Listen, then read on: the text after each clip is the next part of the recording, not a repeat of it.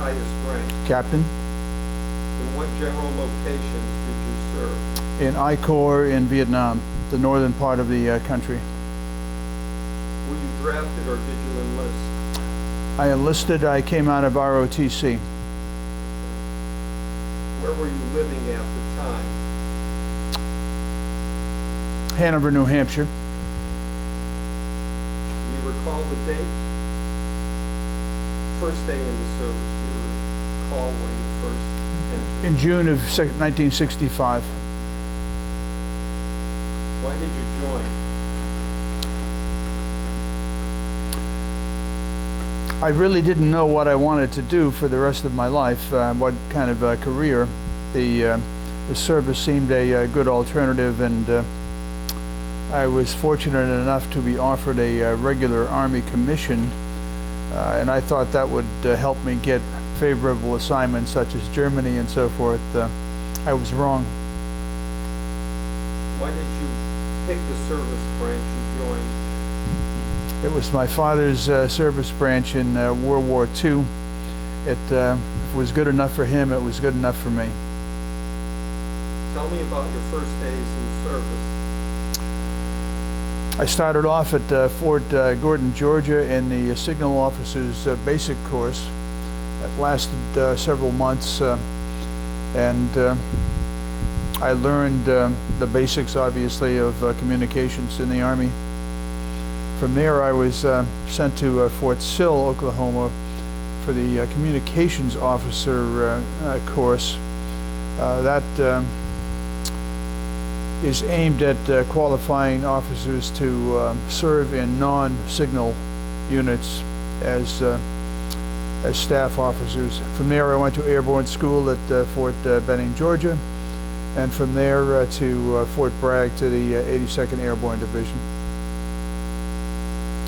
How did it feel? For the most part, it felt great. Joanne had joined me by the time we reached Fort Sill, so and thereafter, and so we got to travel around the country a little bit, which was great, and have strong and basically good memories of that participation. But basically, it was a fine feeling, and I was still feeling my way as to what is this military experience going to be all about. Do you remember any boot camp training or training experiences? Yes, I do. I specifically remember some doing the low crawl under live fire, in a live fire exercise in the middle of the night. That was interesting. I remember in one exercise, it was a navigation kind of test, and whoever was leading my particular group took a back azimuth as opposed to a straight shot, so we wound up going backwards from what we should have been, and I got lost in the middle of the woods. Do you remember any of your instructors? I don't remember them by name, but I remember them by being their attitudes, let's say. The basic course featured I'll call him a drill sergeant. I actually believe he was a platoon sergeant or E7, and he got us up every morning in the classic way by kicking our beds and so forth. Apparently we needed that. After boot camp, where did you go? Well, the three After training. after training, I was assigned to Fort Bragg, the 82nd Airborne Division. Initially, I was the assistant S3 in the 82nd Signal Battalion. I Later, I was transferred and became the signal officer for the 3rd Brigade of the 82nd. At that point, I was a first lieutenant, but that was a major's post, so it got me some responsibility fairly early on. One thing that was interesting in that experience was we got detailed to be airlifted to Detroit to suppress the riots that were going on that particular summer. And the aircraft that was carrying the command group for the 3rd Brigade was delayed for mechanical reasons. So I wound up in the first aircraft to land at the Air Force Base up there in Michigan. And as a rookie lieutenant, wound up leading the entire brigade into combat, if you will, in Detroit.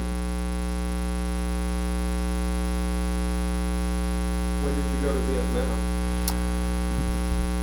In November of 1967, November 11th, Veterans Day, I landed in Vietnam at Ben Hoa. After a period of short period of getting accustomed kind of training, was assigned to the 101st Airborne Division, and specifically the 2nd Battalion, 11th Artillery, as communications officer. What were your first impressions of Vietnam when you got there? It was absolutely hot, sultry, and difficult to, in the sense of discomfort because of the weather. That was my first impression. And you were assigned to what unit? The 2nd Battalion, 11th Artillery. It was a 155 millimeter towed howitzer unit. Where was it located? We were located initially at that point at Duc Pho, which is up on the coast of I Corps, or near the coast. We had 3 firing batteries. I was in headquarters battery, of course, and the general scheme was that one firing battery would support one of the combat infantry battalions, which were generally scattered about. So we were pretty much all over I Corps during that period of time. Then where did you go? And what did you do? Well, about just before the Tet Offensive erupted, there was a plan to actually have a combat parachute drop in Vietnam. So we got put on an LST from Duc Pho on the coast. Duc Pho was not quite on the coast, and shipped down on a glorious 2-day voyage to up the Mekong River to the Ben Hoa area. A wonderful feature of that was I had by that time I had been appointed headquarters company commander as well as battalion communications officer. My supply sergeant was named Larry Miracle. Yes, M-I-R-A-C-L-E. We generally operated in the I Corps area in unpopulated, rough areas. That's where the Viet Cong and NVA were, so that's where we were. We were really at the end of the supply chain, which caused all kinds of problems. But I can tell you that never once did we run out of ammunition, and never once did we run out of alcohol. The Miracle saw to that, and he was great. So you went to I-4 and you were around Fubai, or? Eventually, we were in Fubai. Yes, the division base camp was in Fubai, and our headquarters was there. The three firing batteries again were scattered around, sometimes 100 or more miles away, depending on what operations were going on. Our job was to support them administratively and otherwise. Where were you during the Tet Offensive? Specifically, I was in Benoit when it started. And the way I found out it had started, I was walking between hooches, and small arms fire erupted, and one of the bullets actually severed a communications line over my head. That's how I found out that the Tet Offensive had started. I didn't know that it was the Tet Offensive at that point. It hadn't been named. I probably didn't know what Tet was. And you went from Benoit to Fubai. Yeah, we did a road march from up the coast to Fubai. All our trucks and gear and so forth had been on a LST, but so we had a long road march from Benoit, which is down at Fricourt area and several hundred miles away, up the coast. After the Tet Offensive, you stayed in I-4 basically? Yes, we were there. I was there. My assignment continued there until the end of my term in Vietnam. Describe a typical day for you in the service. When you were in Vietnam, what did your day consist of? It started with a battalion staff meeting. All the officers would brief the battalion commander on what was going on in their realm, and in turn get assignments and orders for what was to be done during the day, and looking down the road even further for when plans were being developed. The getting 155 millimeter howitzers from one place to another in that day was could be very difficult. The road system in Vietnam was dismal. The 155s were the heaviest artillery that could be airlifted at that point.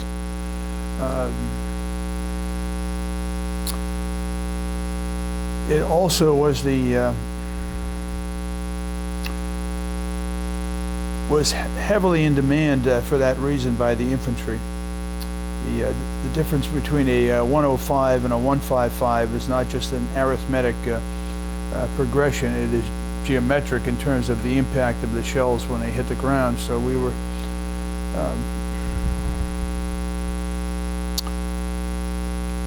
greatly appreciated from time to time when we could get to the point where we could shoot in favor of the infantry.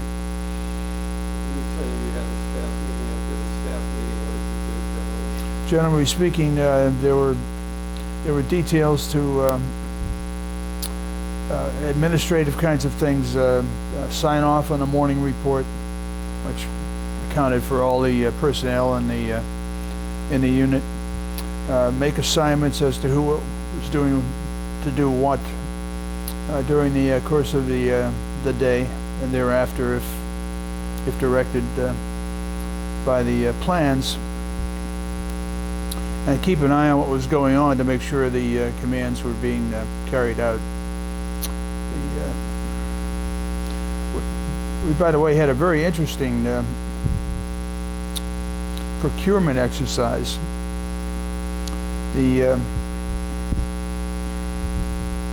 As I mentioned, supplies were frequently hard to come by, and bunker building supplies were particularly scarce.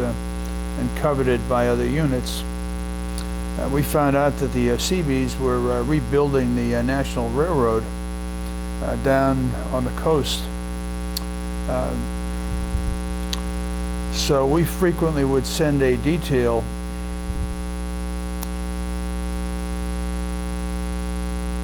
after the Seabees had stopped their activities for the day, and we would unbuild what they had built during the day. That worked beautifully for a while, until one night when, this is Miracle again and his guys were down there, and the Seabees by that time had realized that they had a problem going on, and they thought it was the Viet Cong or the NVA who were doing this. So they opened fire on our guys. Fortunately, they got out of there without any casualties. We never confessed that we engaged in any such activities. Did you see any combat when you were there?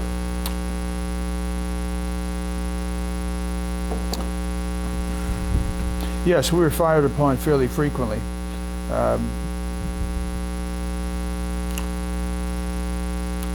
By 106 millimeter rockets, mortar shells, and occasional assaults on our perimeter.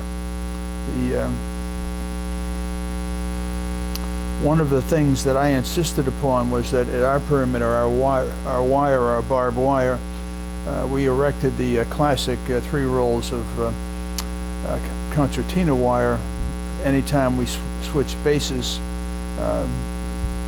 My directive was that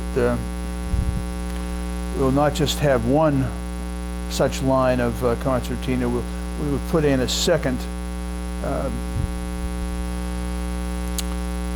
defense line and put in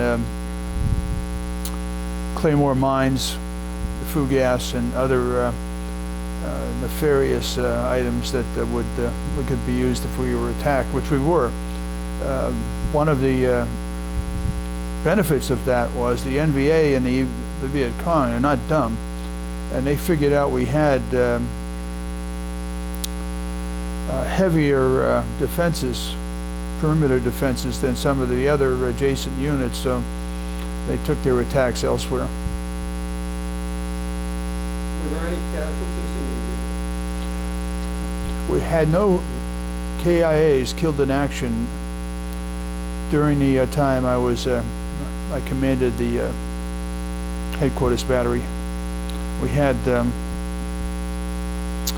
some what turned out to be relatively minor wounds caused by incoming rockets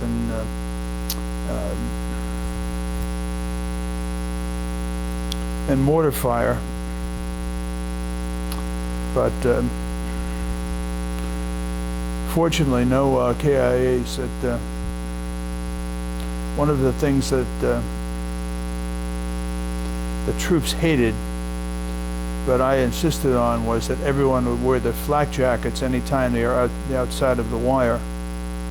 The flak jackets in those days were extremely heavy, bulky. Sweat boxes, and the troops hated to wear them. One day, one of my guys took a slug from a sniper right above his heart. Would have killed him if he hadn't worn the vest. After that, I heard no more complaints about wearing flak vests. Were you awarded any medals or citations? Which ones and how did you get them? I received a Bronze Star and an Army Commendation Medal for my service during the tour in Vietnam. They were for meritorious service as opposed to heroism. There were no acts that I can relate that I would in any way call heroic. Did you take part in any battle planning? Yes, there was a communications annex to any battle plan that the the battalion would be involved in. And we also had a peculiar assignment.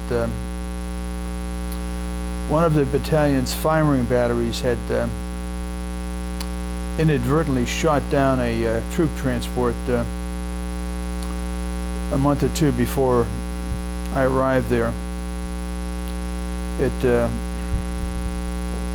It was not the firing battery's fault. The aircraft was flying where it shouldn't have and had been.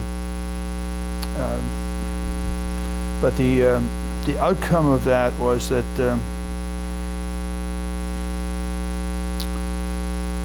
our unit, 2nd Battalion, 11th Artillery, was assigned responsibility for warning aircraft throughout I-Corps. So we would get radio requests to say artillery was the phrase from pilots, and we would give them the arc of outgoing fire as we knew it, and other artillery units were required to report their their fire mission. So we would have we had a unit that simply did that for everybody. The episode of shooting down the aircraft was not repeated. Did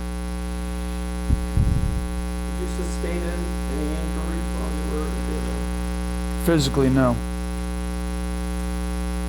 How did you keep in touch with your family?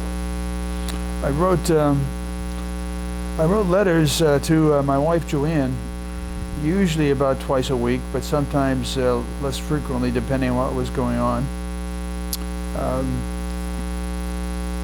I wrote occasional letters to my parents, but the arrangement we had was that Joanne would share any news with my parents and her parents and other family members as letters came in. What was the food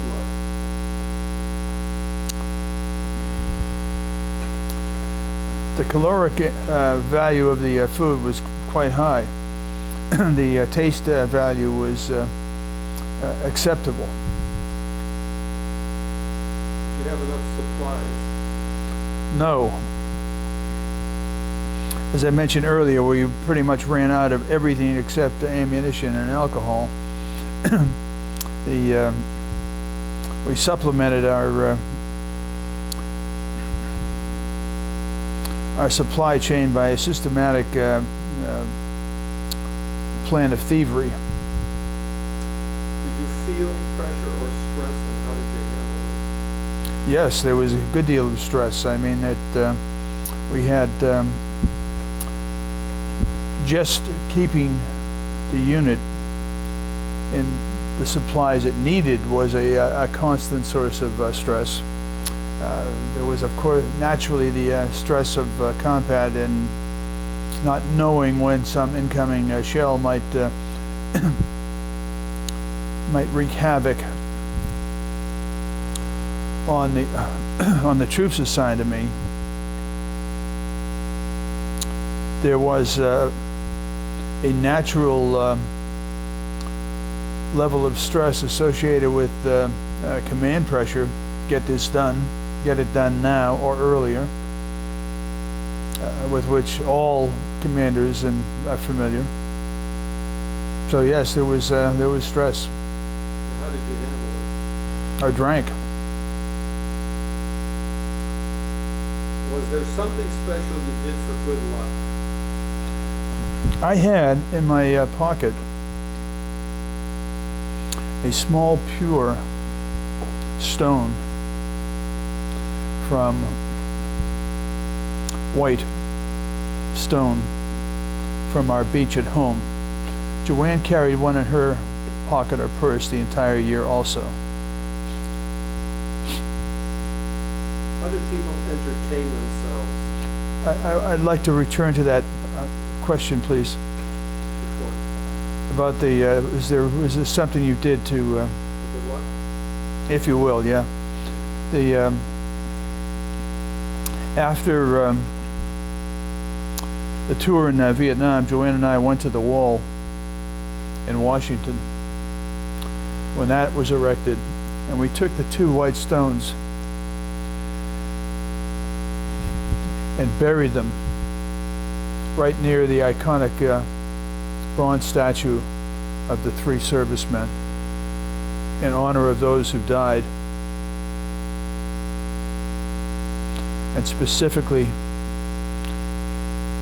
in honor of Captain J. Hunter Shotwell, who was a very good friend of ours.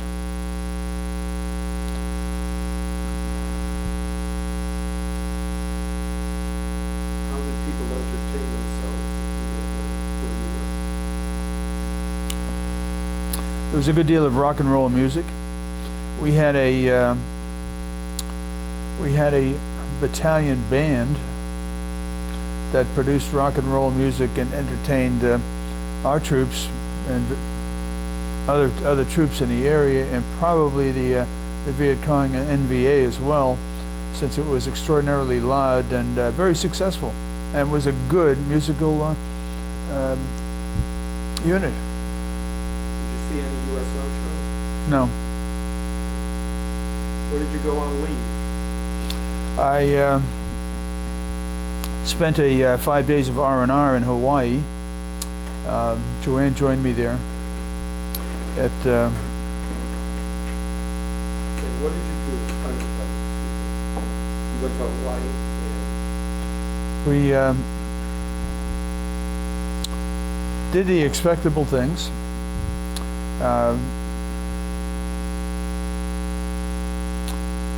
Took a tour of the island.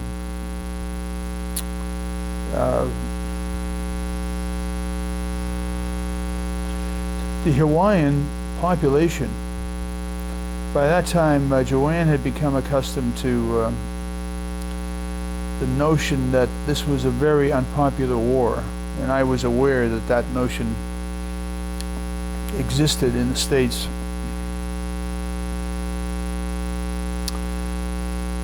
The Hawaiian population was not part of that feeling. They remembered World War II, Pearl Harbor, and so forth. And they gave us a great deal of respect and honor during that period, which we greatly appreciated. do you recall any particularly humorous or unusual events?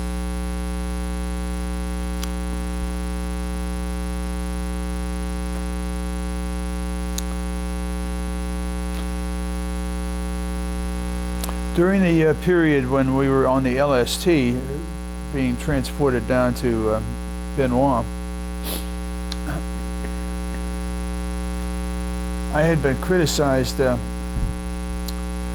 time to time by the battalion commander and executive officer when our generators would fail. We had small generators that would power the various equipment for the battalion headquarters. On this LST was a large generator assigned to an engineer outfit. So in the middle of the night, we had all our vehicles on there, and so did the engineer outfit. A group of our troops took the hook on the 5-ton ammunition wrecker and lifted this large generator off the engineer's truck, put it on one of ours, and rearranged the trucks so our truck with the generator would be the first to get off the LST when it landed. That was a considerable coup, except that the generator was so powerful that it would trip off because it wasn't loaded sufficiently. So I continued to get criticism from the battalion commander and so forth, but for the opposite reason. We now had too much power. I didn't see the humor of that at the time, but I do now.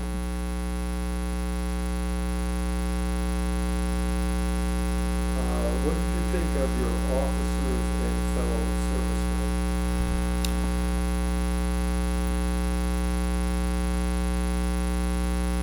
The enlisted men in the battalion were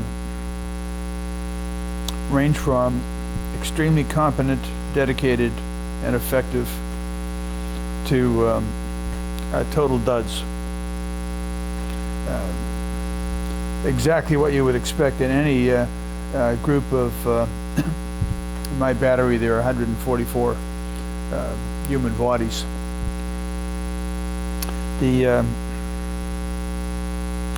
The commanders I experienced, the first was effective, professional.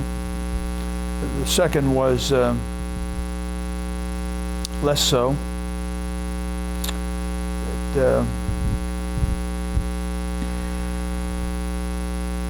My first sergeant was a career soldier, knew everything about running artillery. I was a signal officer, so knew nothing about it when I was assigned to command an artillery battery, even though it was this headquarters. We did have a couple of 155s assigned to us much of the time. But the NCOs were generally good. I had one whose name I will not use, but you may be able to figure out who I'm talking about, who would get loaded up with alcohol from time to time and managed to insult one of the either the battalion commander or the executive officer. So I would have to lift a stripe from him and then quietly give it back after a shorter period of time as I could manage, because he was a very effective NCO.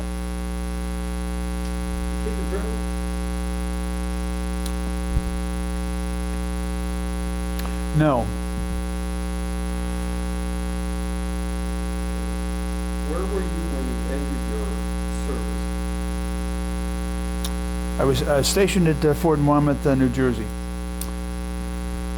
tell me about that day in the Well, I was of a mixed view as to whether I wanted to stay in the Army. When I got back from Vietnam,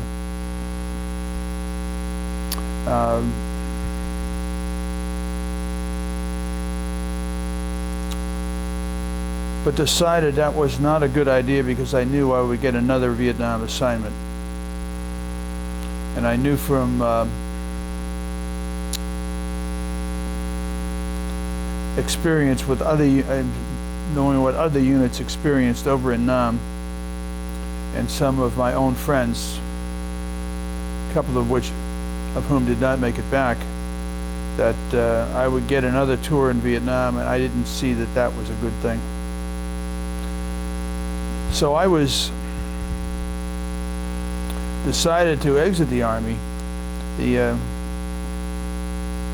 commandant of the signal school tried to talk me into staying in.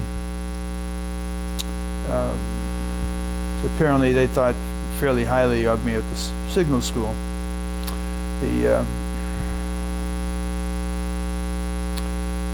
But by that time, Joanne and I were talking about having children and so forth, and it was time to terminate my Army career.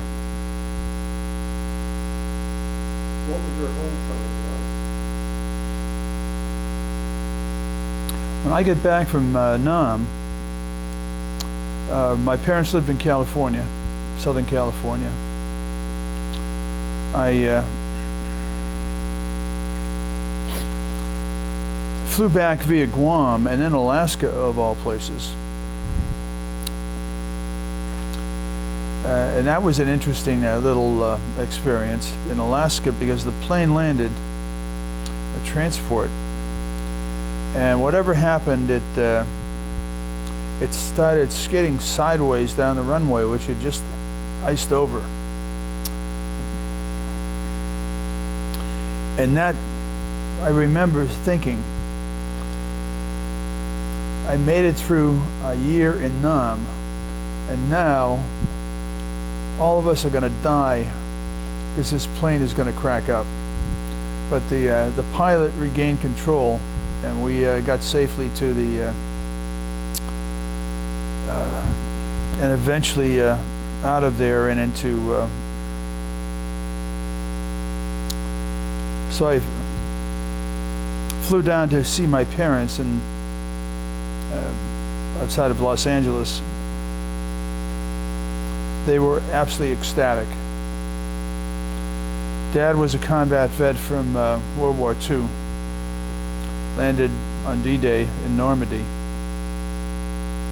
Got wounded and evacuated to Britain, where he recuperated with family members of ours over there. So he'd seen his own war. When he came back, he never ever talked about it, with one exception.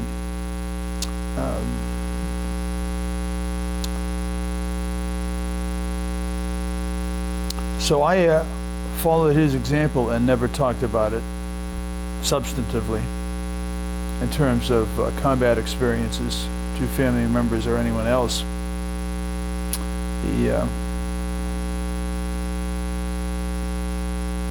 By the way, we had, my father and I had both survived typhoons. He was on an LST of all things. When that famous typhoon came in, after he recuperated in Britain, he was transferred to the Asian theater, and he was going to be one of the people who invaded Japan. Typhoon came through, sank numerous Navy ships. His LST survived, which surprised him. As you know, it's a flat-bottom boat. We had an episode in Nam that we were warned that a typhoon was approaching. My unit had attached to it the meteorological section for all of I Corps, so we were among the first to get warned that this thing was coming in. In the middle of the night, I called my first sergeant and said, "We have to get the guys out of the bunkers. They're likely to collapse. Tell the men to set up the tents." They all thought I was crazy.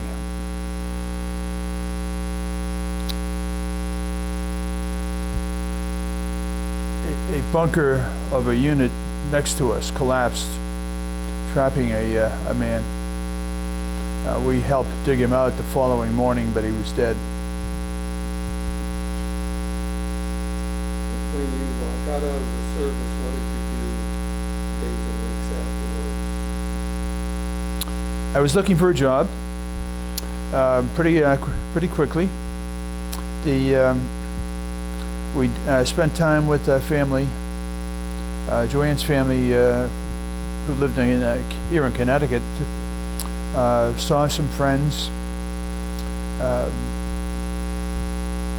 did some casual touring, if you will, just kind of relaxing and getting acquainted with each other again after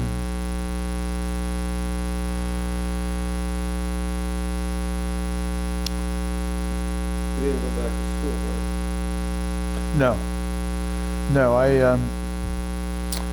after a while of job searching, I got a job with Central Vermont Public Service, which is the public utility serving most of the state of Vermont. And I utilized my skills developed as information officer for the signal school, and that's the kind of things I did for CV, the utility in Vermont. Did you make any close friends in the service? Yes, several. And I'm still in touch with a couple of them. But by and large, we have separated live in different parts of the country.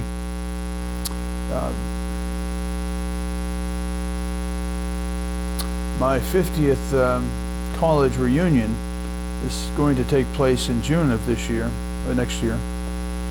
And we'll be going to that. There were numerous people in ROTC and the several branches who I knew in Hanover. Both of my college roommates were in the Army and both served in Nam. The day I left, I was the first to leave. And the three of us got together outside of, I think we managed to get together in Benoit for an evening of celebration for me. And I'm still in touch with them. They will be coming to this reunion. I'll be looking to see them. I haven't seen one of them since that reunion in the other one I've seen several times in the interim.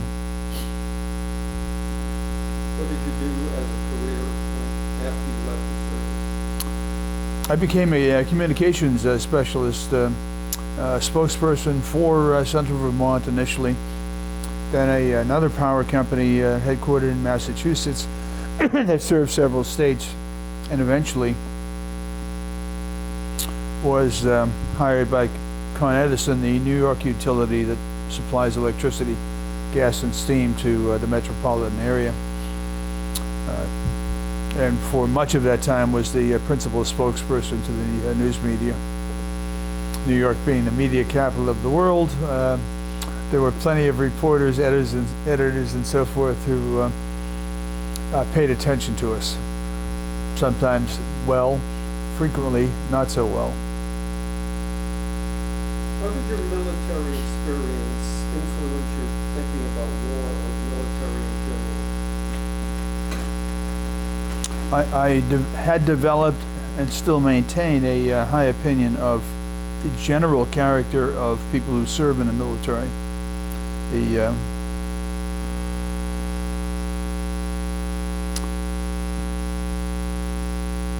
I think as an institution, the military in my day was mistrusted, misunderstood, and undervalued. My opinion is we're seeing the same situation today following our withdrawal from Afghanistan and Iraq that we saw with our withdrawal from Vietnam and the collapse of the government in those countries. It bothers me greatly with the volunteer army that we have fewer than 1% of the American population taking all the casualties and all the risks, while the 99% goes to the mall, football games, and so forth. That troubles me greatly. You joined any veteran organizations? No. Did you attend any reunions? No. How did your service and experiences affect your life?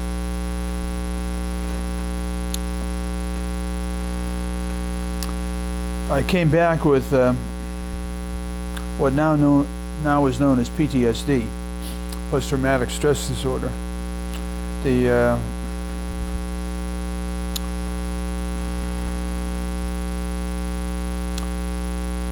That condition has, which finally got diagnosed,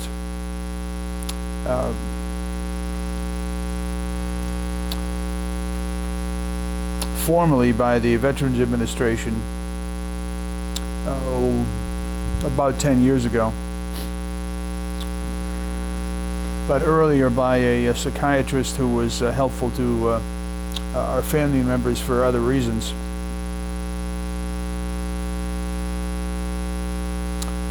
So I came back with, while I was not physically injured, I came back with a condition that affects soldiers mentally, emotionally, and spiritually in a negative way.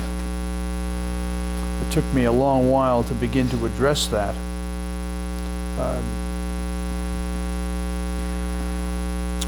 The shrink I mentioned, who's been helpful to our family, told me in a meeting, his patient was actually another family member, but I had gone along to a particular counseling session. His words were, "Dan, you're an alcoholic and you need to get into Alcoholics Anonymous and you need to do it now." What I like to recollect was that I told him he's full of shit, but I probably didn't have the courage to do that.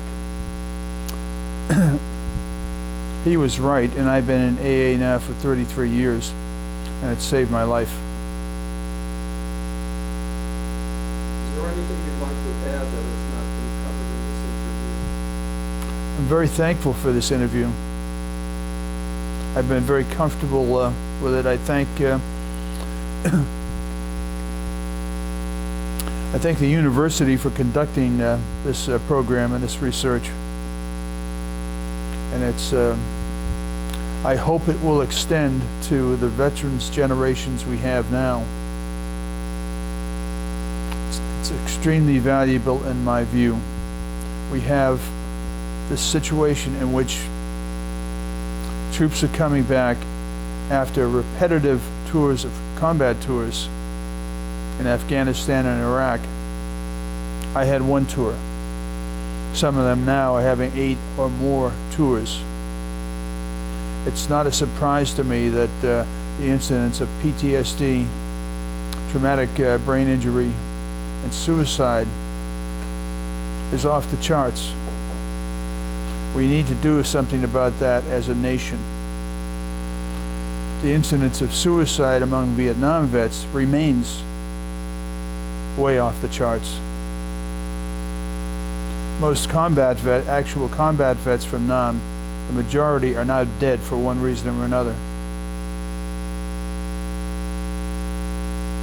We'd like to thank you for your service and also for taking the time to be interviewed today. Okay. It's been my privilege. Thank you.